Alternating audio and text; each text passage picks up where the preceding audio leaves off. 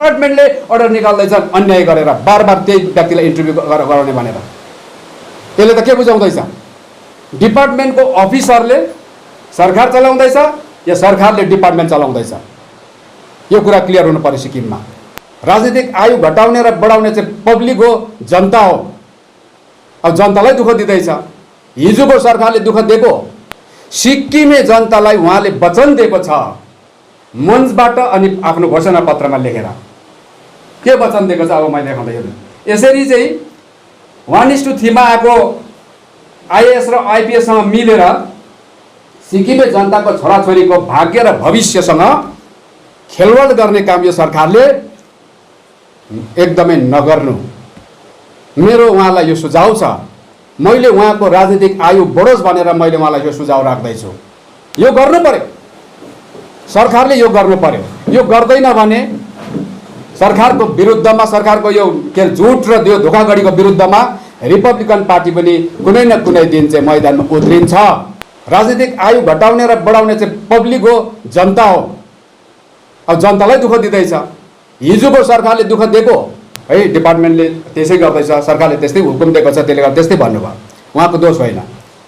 2000 vacant create हुँदैछ भने, post छ भने एडोब टिचरको, यो 860 जनाको के कुरा हो? यो उहाँले जो एक्सेप्ट नगरेको बार बार यो इन्टरभ्यूलाई 860 जनालाई एक्सटेन्सन अर्डर दिनु 2022 सम्मको लागि र अनि 1140 रहन्छ फ्रेसर्सहरूलाई, नयाँ क्यान्डिडेटहरूलाई उहाँलाई इन्टरभ्यू गराउनु, 1140 मा उहाँलाई है रिपोर्ट गर्नु। उहाँको सर्वप्रथम त अब 2000 भ्याकेन्सी है, भ्याकेन्सी तयारी हुँदैछ भन्दैछ। हिजो हामीले सुनेको है, त्यहाँ त्यो टासिलिङमा अफिसरले भन्नुहुँदै थियो, म नाम भन्दिनँ। अरे 2000 है भ्याकेन्ट तपाईँको क्रिएट हुँदैछ, अब यसको लागि चाहिँ अनलाइन फर्म भर्नुपर्छ भन्नुभयो है। डिपार्टमेन्टले त्यसै गर्दैछ, सरकारले त्यस्तै हुकुम दिएको छ, त्यसले गर्दा त्यस्तै भन्नुभयो। उहाँको दोष होइन। 2000 भ्याकेन्ट क्रिएट हुँदैछ भने, पोस्ट छ भने एडोब टिचरको, यो 860 जनाको के कुरा हो? यो उहाँले जो एक्सेप्ट नगरेको बार बार यो इन्टरभ्यूलाई 860 जनालाई एक्सटेन्सन अर्डर दिनु 2022 सम्मको लागि र अनि 1140 रहन्छ फ्रेसर्सहरूलाई, नयाँ क्यान्डिडेटहरूलाई उहाँलाई इन्टरभ्यू गराउनु, 1140 मा उहाँलाई है रिपोर्ट गर्नु। स्पष्ट छ त यो कुरा। न्यायसङ्गत, न्यायको दृष्टिकोणले यदि हेर्छ सिक्किम सरकारले आफ्नो जनतालाई भने चाहिँ यसरी गर्नु, तब स्पष्ट हुन्छ त। अब अर्को कुरा, यो एउटा सुझाव हो। अर्को, जब इन्टरभ्यू गरेर नै अबदेखि उता चाहिँ इन्टरभ्यू गरेर मात्र क्यान्डिडेटहरू चाहिँ है रिक्रुट हुन्छ भने इन्टरभ्यू ठिक हो, राम्रो। इन्टरभ्यू बिना, उसको अन्तर्वार्ता बिना, उसको क्यालिबर, उसको है क्षमता, उसको ज्ञान र गुणको नापतोल नगरिकन चाहिँ सरकारी काममा त्यो सही हुँदैन। त्यसले गर्दा इन्टरभ्यू ठिक हो। तर इन्टरभ्यू चाहिँ त्यही व्यक्तिलाई त्यही पोस्टमा त्यही सेलेरीमा कन्टिन्यू सालै पछि गर्नु भनेको चाहिँ यो चाहिँ गलत हो। यो चाहिँ गलत नीति हो। यो के उसलाई त्योभन्दा हायर पोस्टको लागि हो भने, यो त रेगुलरको लागि हो भने फेरि त्यो कुरा स्वीकार्य छ। यो चाहिँ के को लागि गरेको सरकारले? सुन्नुहोस्, अब यो चाहिँ 1 वर्ष सक्यो, इन्टरभ्यू बस्नु पर्यो। इन्टरभ्यूमा ऊ पास भएन, उसको फेरि 1 वर्ष ग्याप हुन्छ। अब 1 वर्षभित्र के गर्नु पर्यो? सरकारको फेभरमै बोल्नु पर्यो, सरकारको पछाडि होइन। अलिकति पनि तपाईँको कहीँ गलत नगरेछ बोल्नै भएन। किन? अर्को पालि फेरि इन्टरभ्यू बस्नु छ। फेरि त्यो इन्टरभ्यूमा पास भयो, 1 साल ग्याप भयो, अर्को पालि पास भयो, के गर्छ? के हुन्छ हजुर? के अरे 1 वर्ष ग्याप हुँदा अर्को पालि के अरे उहाँले फेरि पाउँछ ड्युटी। त्यसो गर्दा 8 वर्ष रेगुलरको लागि पुऱ्याउनु लागि चाहिँ उसलाई 16 वर्ष लाग्छ। 16 वर्षमा अलरेडी तपाईँको बिएड होइन, ग्रेजुएसन सबै कुरा गर्दाखेरि उसको कति उमेर भइसकेको हुन्छ? कमसेकम 24-25 त पुगेको हुन्छ। अनि 24 वर्षमा 16 वर्ष जोड्नु कति भयो रेगुलरको लागि? त्यो पनि अन्तमा गएर 8 वर्ष पुग्नु आँटेको बेलामा फेरि ऊ इन्टरभ्यूमा पास हुन्छ भन्ने ग्यारेन्टी छैन। सिक्किमे जनतालाई उहाँले वचन दिएको छ मञ्चबाट अनि आफ्नो घोषणा पत्रमा लेखेर। के वचन दिएको छ अब मैले देखाउँदै हेर्नु।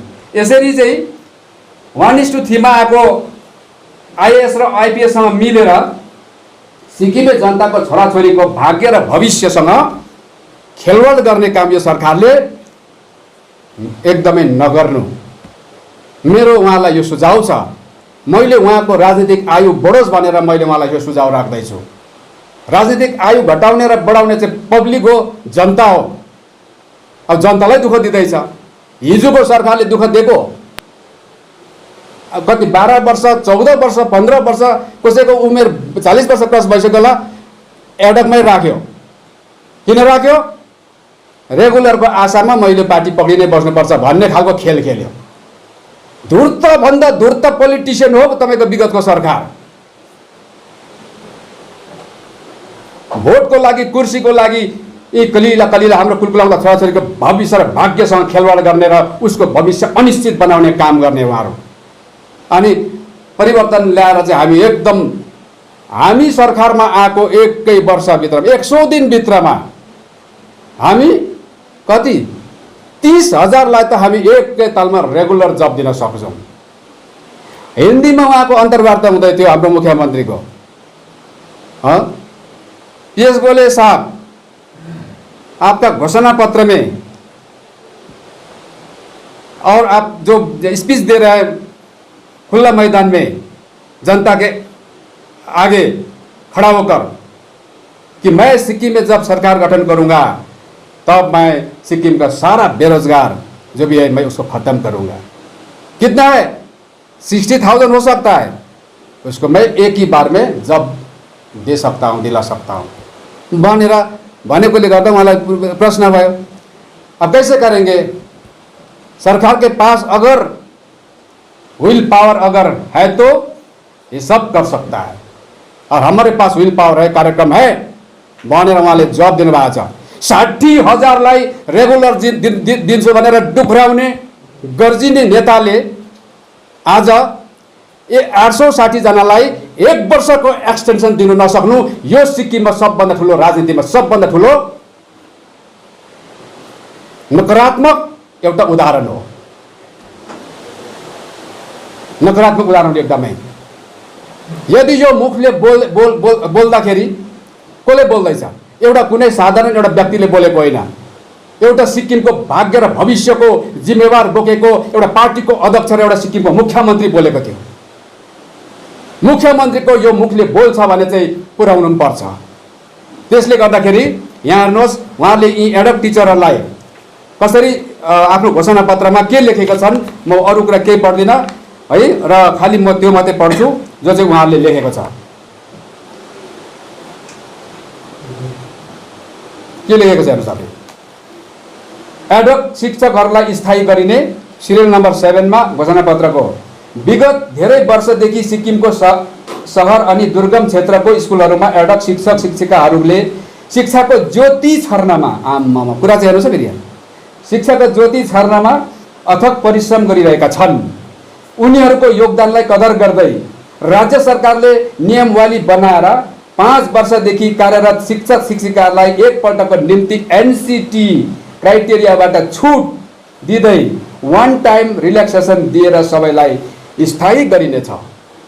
अहिले आएर हिजोको प्रेस कन्फरेन्समा सरकारको के अरे राजनीतिक सचिवले के भन्नुहुँदै थियो? अब एनसीटीको नामसम्म पनि सरकार एकदम होइन ढल्नै पर्ने बाध्यता छ। हिजो किन भनेन यो कुरा? यो लेख्नुभन्दा अगाडि एनसीटीको सबै क्राइटेरिया सबै नर्म्सलाई पालन गर्नुपर्छ भनेर आज भन्दैछ भने यो त सिधा धोकागडी हो सिक्किम जनतासँग, हाम्रो भाइ बहिनीहरूसँग, छोराछोरीसँग सिधा धोकागडी हो। सिक्किमको भाइ बहिनीहरू, सिक्किमको शिक्षित युवाहरू आज जो पीडित छन्, सरकारले दिएको जुन प्रकारको आज पीडाहरू छन्, यसलाई लिएर चाहिँ उहाँहरूले सडकमा उत्रेर आर्टिकल 19 ले दिएको जुन संविधानले दिएको right to freedom of speech and expression, right to assemble peaceably and without arms, यो कुरालाई प्रयोग गरेर मैदानमा न्यायको लागि उत्रिँदैन भने हामी त पार्टीमा हामी एउटा के अरे पोलिटिकल पार्टी हो, हामी केवल बोल्न सक्छौँ, हामी केवल प्रश्न गर्न सक्छौँ, तर हामी त्योभन्दा बढी केही गर्न सक्दैनौँ। त्यसले गर्दा हाम्रा भाइ बहिनीहरू, हाम्रो युवा शक्तिहरू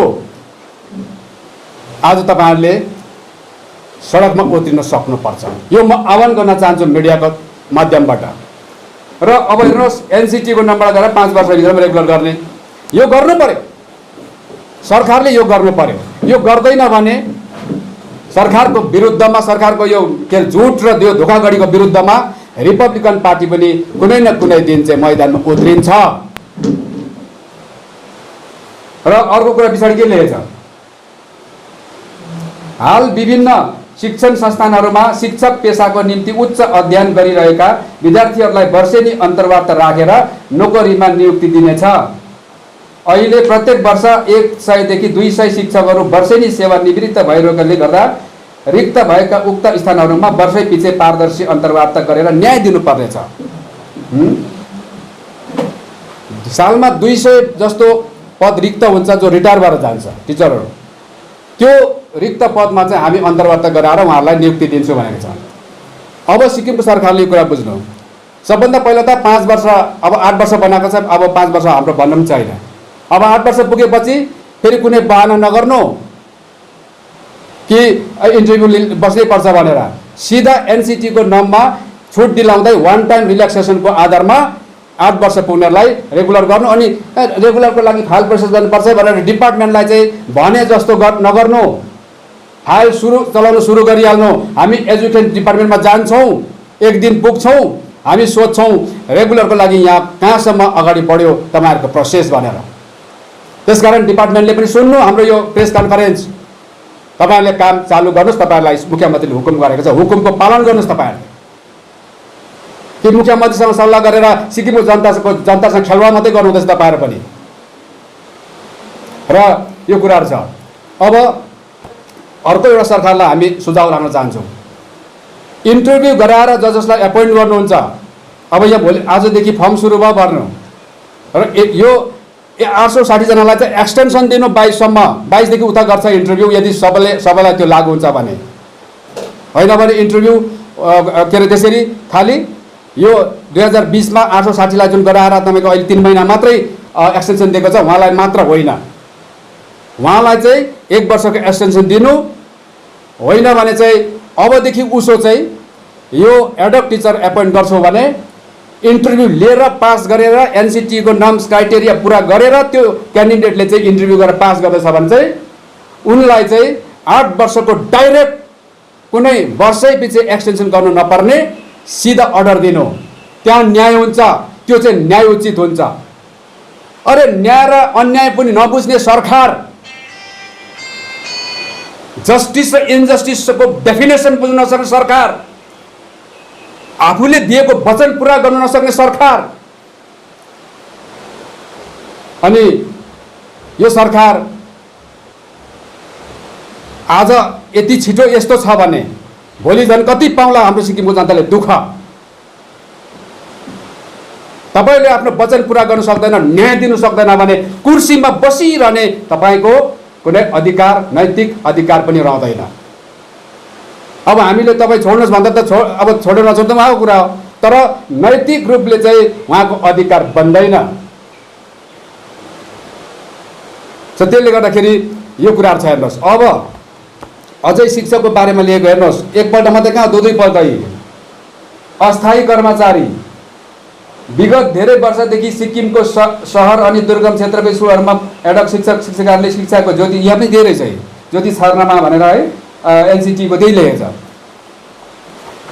र सिक्किम सरकारले आफूले गरेको घोषणा, आफूले दिएको वचन पूरा गर्नुहोस्।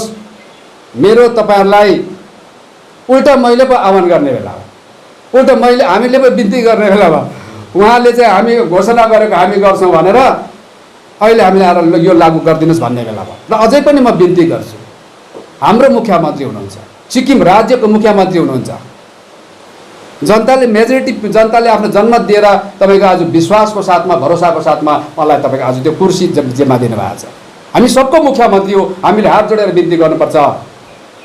1-2 जना नौकरशाह जो 1:3 मा आउँछन्, उहाँहरूले अगर तपाईहरुलाई चलाउँदैछ कि तपाईहरुले उहाँलाई चलाउँदैछ, यो कुरा जनतामा क्लियर छैन। आजसम्म किनकि तपाईँले चाहिँ यहाँ घोषणा गर्दैछ यसरी न्याय दिलाउँछु यसरी रेगुलर गर्छु भन्दैछ, डिपार्टमेन्टले अर्डर निकाल्दैछ अन्याय गरेर बार त्यही व्यक्तिलाई इन्टरभ्यू गराउने भनेर।